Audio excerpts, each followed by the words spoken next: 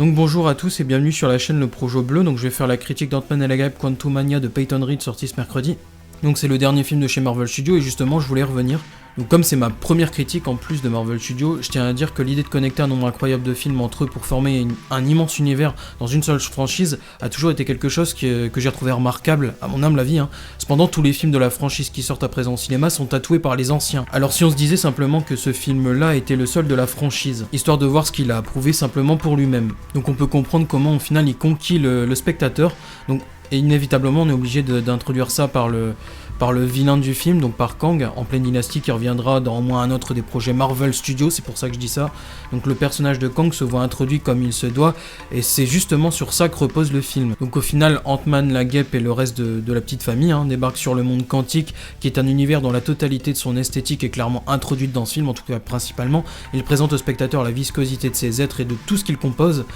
Donc malgré la beauté des paysages, les personnages ne souhaitent pas camper plus longtemps dans ce lieu qui est au final peu touristique. Donc si le film prend du temps pour tout nous introduire le monde quantique, il tâche de se précipiter lorsque Kang conquit le récit et conquit l'écran. Donc au final, certaines actions qui demandent simplement du rythme et moins de rapidité sont effacées au profit du conquérant. Donc encore une fois, si on prend le film simplement pour ce qu'il est, sans le plaquer à une collection de films Marvel dans une bibliothèque de DVD, au final, ce troisième opus d'Ant-Man n'apporte pas grand-chose au personnage qui vit simplement une épopée familiale contre un gros méchant qui se moque du temps en plus. Donc ce que j'ai retenu, c'est la relation père-fille entre Scott, donc Ant-Man, et Cassie, qui représente un point positif du film. Ils font une paire efficace et s'échangent même des expériences que procurent leurs costumes. Et au final, du coup, ce rapprochement est causé par l'isolement du monde quantique, qui semble du coup être une bonne idée. Pour autant, le film nous rappelle que c'est un récit principalement tourné sur Ant-Man et la Guêpe, donc pour évoquer le personnage de MODOK, parce que c'est inévitable, c'est un personnage qui est plutôt risible, en plus que c'est un méchant, il ne sert pas à grand chose, d'ailleurs c'est dommage qu'un vilain soit humoristique et visuellement, par les effets spéciaux, une sorte de boutade qui fait rire le spectateur.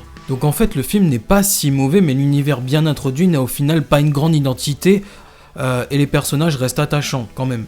Donc Kang promet cependant d'être un bon méchant pour le reste de la franchise. L'humour du film est maîtrisé, tout comme sa bande son qui est pas vraiment atypique, mais qui fait vraiment le travail, donc je me dois de le souligner ici. Après, l'esthétique de l'univers quantique éloigné de notre monde ne nous surprend pourtant pas vraiment. En fait, je pense que c'est surtout, comme je disais, par rapport au fait qu'on a l'habitude des films Marvel et des mondes un peu loufoques qui représentent. Et justement, l'univers du monde quantique fait que ce troisième opus s'éloigne des deux premiers. Pourtant, je vous conseille quand même d'aller voir ce film en ayant vu les deux premiers, parce que c'est important surtout pour l'humour du film et puis aussi pour l'histoire d'Ant-Man à la base et comprendre le film aussi, mais principalement pour l'humour, moi j'ai remarqué. Et bien évidemment aussi pour le personnage de Kang qui sera un grand vilain pour le reste de la franchise. Voilà, donc c'est tout pour cette critique, donc il y en aura d'autres qui arriveront bientôt et aussi quelques analyses qui arriveront aussi sur la chaîne.